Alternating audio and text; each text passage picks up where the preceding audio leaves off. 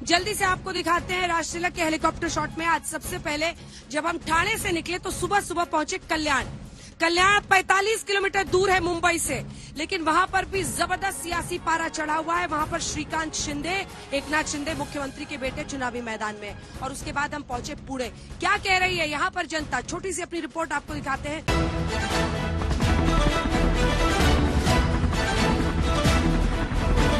2100 kilometre की दूरी तय करके राष्ट्रीय का यह हेलीकॉप्टर शॉट अब आगे बढ़ने वाला है महाराष्ट्र के ही अन्य हिस्सों में। आज हम सबसे पहले जाएंगे कल्याण।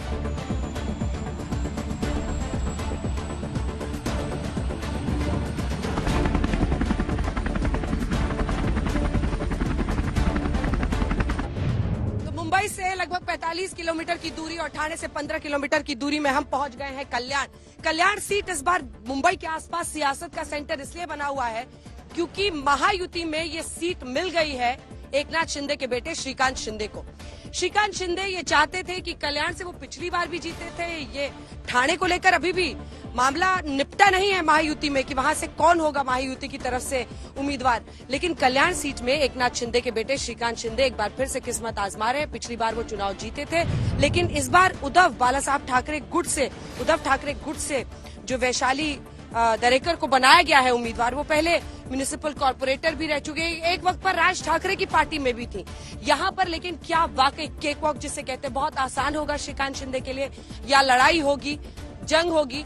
असली शिवसेना कौन, नकली कौन, वो लड़ाई हर जगह महाराष्ट्र में कायम है। आइए चलते हैं, बात करते हैं कल्याण की जनता से, पार्टी के प्रतिनिधियों से। क्या है उनकी राय, क्या है चुनावी मुद्दे। चलिए,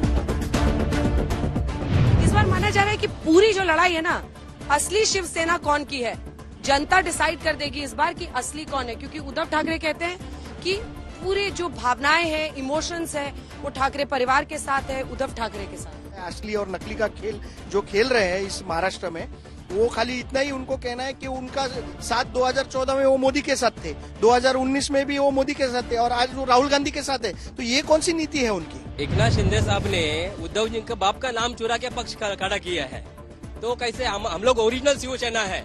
यह असली नकली की क्या बात है? आप देखेंगे कि तीर कमान निशान जो है वो हमारे पास है, नाम जो है वो हमारे पास है। पूरा देश हुकुमशाही की तरफ, डिक्टेटरशिप की तरफ जा रहा है।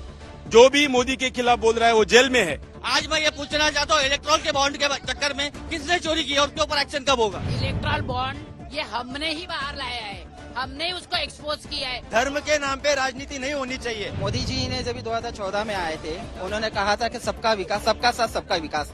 आज सबका साथ सबका विकास तो हमको नहीं दिख रहा है। माइनॉरिटी को पूरा, मुसलमान को पूरा दबा दिया गया है। 3 तलाक किसने लेके आया? भारतीय मोदी सरकार ने लेके आया 3 तलाक। इसके पहले इन्होंने महिलाओं को दबा के रखा था। कल्याण की जनता की बात आपने सुन ली। आइए अब सीधे यहाँ से रवाना होते हैं।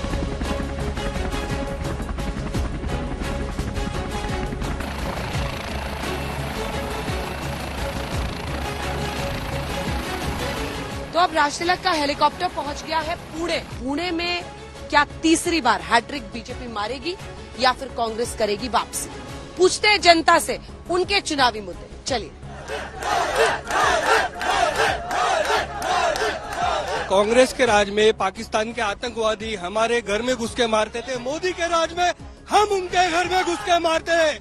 मोदी मोदी मोदी। मोदी जी ने 70,000 करोड़ घपले का आरोप लगाया अजीत पवार पर, और 3 दिन में उनको डेप्यूटी सीएम बनाया। छगन भुजबल, हम झूठ की आवाज दबा रहे, ये झूठ अब जवाब का झूठ नहीं चलेगा, जेल की झूठ की आवाज दबा रहे। पुणे में पिछले 10 साल में विकास नहीं हुआ है। कभी भी कोई भी आदमी, कोई ग्राउंड लेवल के आदमी के लिए काम नहीं करता। स्मार्ट सिटी कहाँ गई? इसका सवाल, इसका जवाब उनको देना पड़ेगा। जो डिमोनेटाइजेशन था उसके बारे में जो घोटाला हो गया, उसका जवाब उनको देना पड़ेगा। जो महिलाओं पे अत्याचार हो गया, उसका जवाब देना पड़ेगा। जनता अभी देखेगी कि कौन सा लीडर उनकी पानी की समस्या, ट्रैफिक की समस्या अच्छी तरह से सॉल्व किया है। बार बार 2014 में भी, अब की बार मोदी सरकार, 2019 में भी वही, और अभी भी वही, अब की बार। अरे दूसरा अगर कोई रहेगा ना, इन्होंने रखा ही नहीं ना कोई। यहाँ से अब हमारा कारवां रवाना होगा सीधा बारामती के लिए, जहाँ पर सबसे बड़ी जंग लड़ी जा रही है। क्योंकि भाभी और ननद है आमने सामने। एक तरफ सुप्रिया सुले है, शरद पवार की बेटी, तो दूसरी तरफ अजित पवार की पत्नी सुनेत्रा पवार।